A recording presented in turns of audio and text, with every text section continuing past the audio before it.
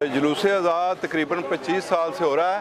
ये इसका आगाज़ होता है मिर्ज़ा सनाउल्लाह सदकाबाद से आगाज़ होता है और वहाँ से होता हुआ अपने मुकर्रर रास्ते होता हुआ मिर्ज़ा अनैत साहब और मिर्ज़ा रियासत अली साहब उनके घर जाके इख्तिताम पजीर होता है और इसके बाद फिर 2-3 घंटे का वक्फ़ा होता है।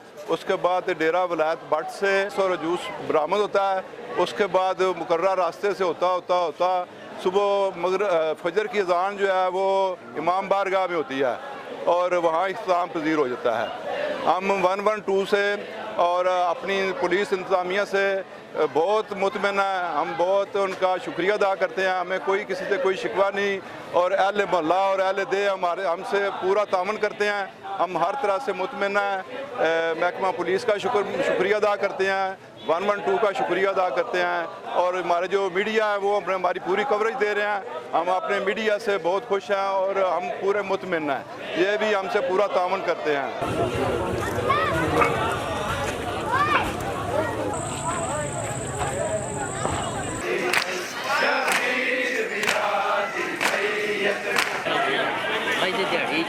ये जुलूस जो है बहुत ज़्यादा कदीमी है।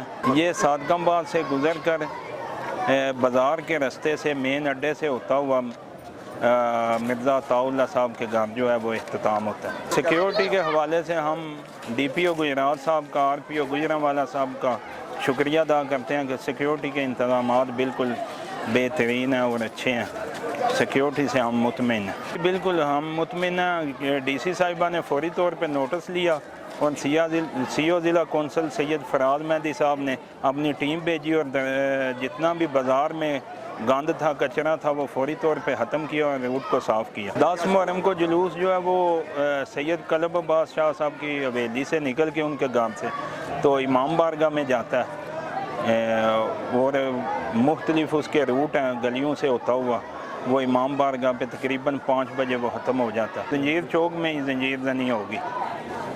इसके अलावा मैं शुक्रिया अदा करता हूँ जितनी भी इंतज़ामिया हमारे साथ तावन कर रही है उनका और आप मीडिया पर्सन जितने भी आए हैं आप का भी शुक्रिया।